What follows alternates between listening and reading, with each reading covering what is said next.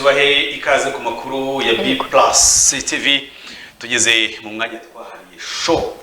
show kuwa gatanu mu makuru yacu tuba tugomba kwiriza muri ambiance mugatangira weekend neza cyane ntabwo twajya dukora ibintu gusaba ngo na makuru ngo gusa ngo sinzi tugomba no kubashora rimwe na rimwe ushobora kwibaza ngo ese Jacques we azi kuririmba nta yindi mana afite Latifa afite we bimeze gute uyu musoro by'umwihariko reka dutangirane n'akaririmbo gatoya turirimba ariko ntabwo turi twenyine Latifa turi kumwe na akamuntu Krista yes umezute twakwakiriye muri mu makuru yacu uyu munsi murakoze cyane ko mbona se namurare mufite kandi umunsi ni kuwa gatanu ngende kumva ibintu byabaye donc à la vibration wana ndi hejuru uyu munsi nzitahire na vibration à la mémolarisation arakanini bakavuga ngo iwacu si kure cyane none washenge ziragendwa manuka igikondo ganire merewe twatashye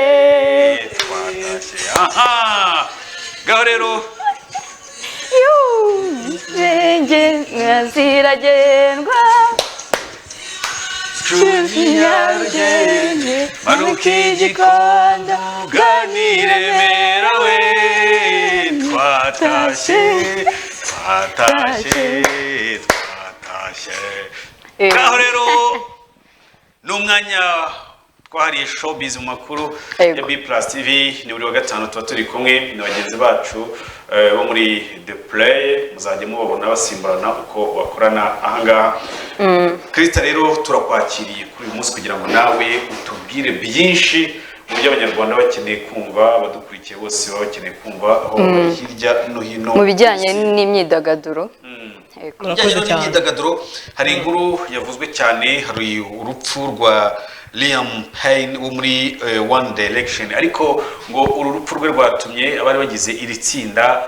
basa nkaho bongera guhuza urupfu rwabo rwahuje bano bantu ese urupfu ruzajya ruhuza abantu bimeze gute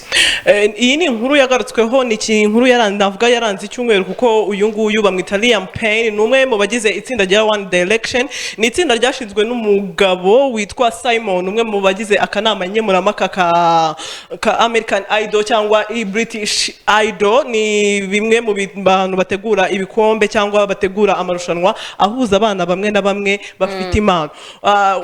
umwe muri aba bana yaje kwitabira iri rushanwa ubwo ngubwo uwitwa Simon aramubona abona n'abana bamwe muri aba bana baratsindwa baragaruka ku yindi shuro arabafata bahuriza hamwe abasinyisha muri lebo yiwe amaje kubasinyisha bahita bakora itsinda rya One Direction ariko rino tsinda ntabwo ryaje kumara igihe kuko mu mwaka 2016 nibwo batandukanye bose buri wese nawe numwe uvuga rumwe n'undi bitewe nuko ibibazo byari byavutse hagati yabo umwe witwa Malik umukopine we yari yamubujije kongera kuririmba kuko naga yashakaga ko bakomeza ibintu by'abastari noneho buri wese atangira kariyeri ye solo aba bantu kuko buri muntu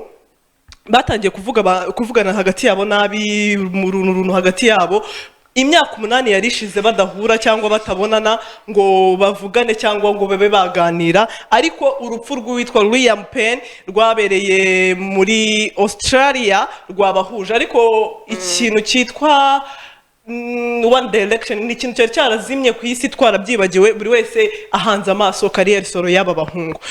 ariko urupfu rwe rwabaye matariki 16 Ugushyingo yishwe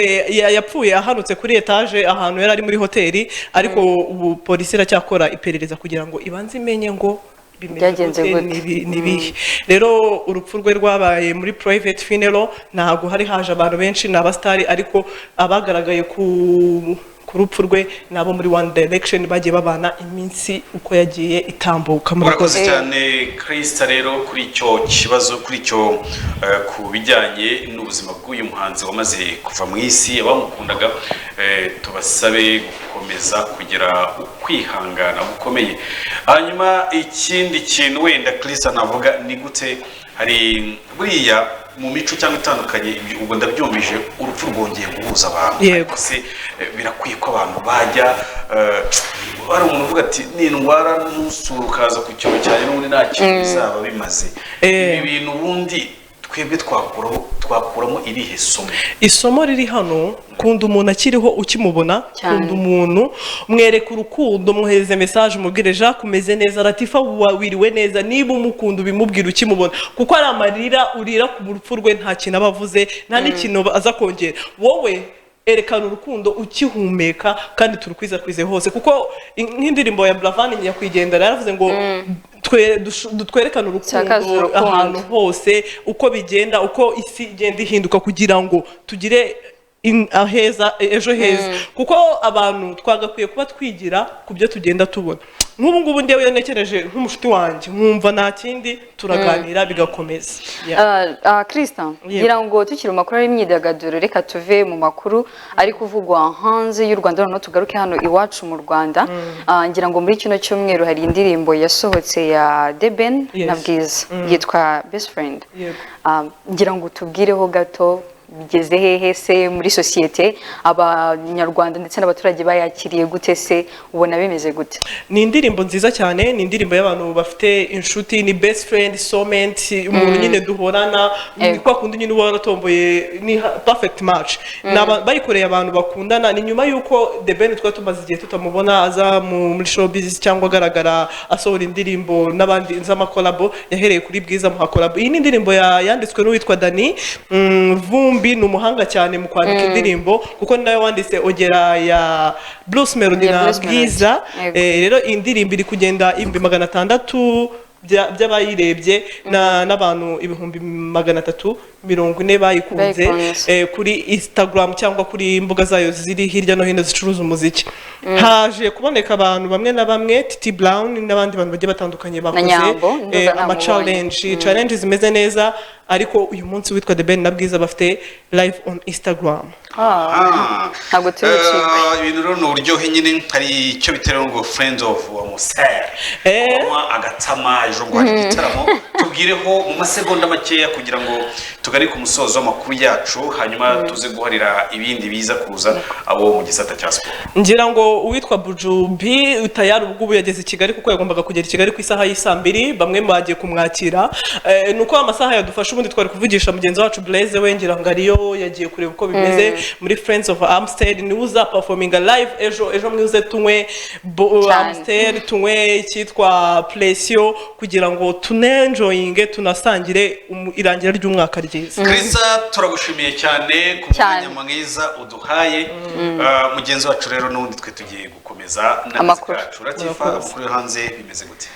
Jacques, urakoze cyane, reka dukomeze dufate akaruhuko gato cyane, maze twite tuza dukomeze n'amakuru ari kuvugwa hanze y'u Rwanda.